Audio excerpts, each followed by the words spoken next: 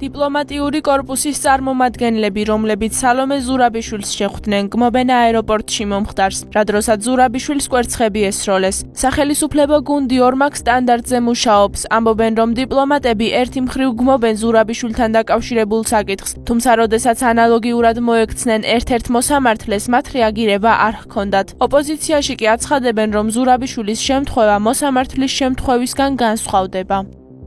ლოგიკური ახსას აზრი აღარ აქვს ხო ადამიანს თუ არ უნდა ეს დაინახოს განსხვავებული სიტუაცია ვერ დაინახოს ამ დიპლომატების ზოგადად არსებობას ჩვენ ქვეყანაში არანაირი აზრი არ აქვს იმიტომ რომ ჩვეულებრივი მხარე არიან ეს არის deep state-ის წარმომადგენლები საქართველოში დიპლომატებს მას ნამდვილად ვერ უწოდებთ თავიანთი განცხადებებიდან ქმედებიდან გამომდინარე თუ კი რაიმე მძიმე ფაქტი უბედურება ხდებოდა ქვეყანაში წლების განმავლობაში ეს არის ზუსტად მათი დამსახურება და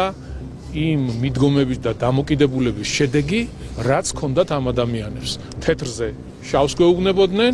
და ყოველთვის რაღაცა შენიღბული შეფუთული პერფორმანსები ვითომ ეს იყო დემოკრატიის ნაწილი. ზუსტად ეს არის ორმაგი სტანდარტი, როდესაც ჩვენ ვერანაირ დაგმობას დიპლომატიური კორპუსის მხრიდან ვერ ხედავდით, მაგალითად იქ მოსამართლეებს კვერცხებს ესროდნენ,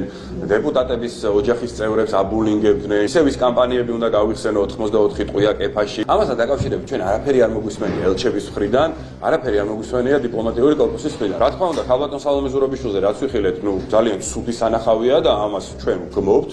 მნიშვნელობა არ აქვს ეს კვერცხებით იქნება თუ სხვა ნივთებით იქნება მიუხედავად იმისა რომ ბატონ გვარამიას ახსნილი აქვს თურმე ჩვენთვის რომ ეს ევროპული სტანდარტი არის კვერცხების დაშენა ადამიანზე და კვერცხების სროლა და კვერცხებით შემკობა რა თქმა უნდა ჩვენ ყველას მოუწოდებთ რომ თავი შეიკავონ მნიშვნელობა არ აქვს ის მხარდამჭერები არიან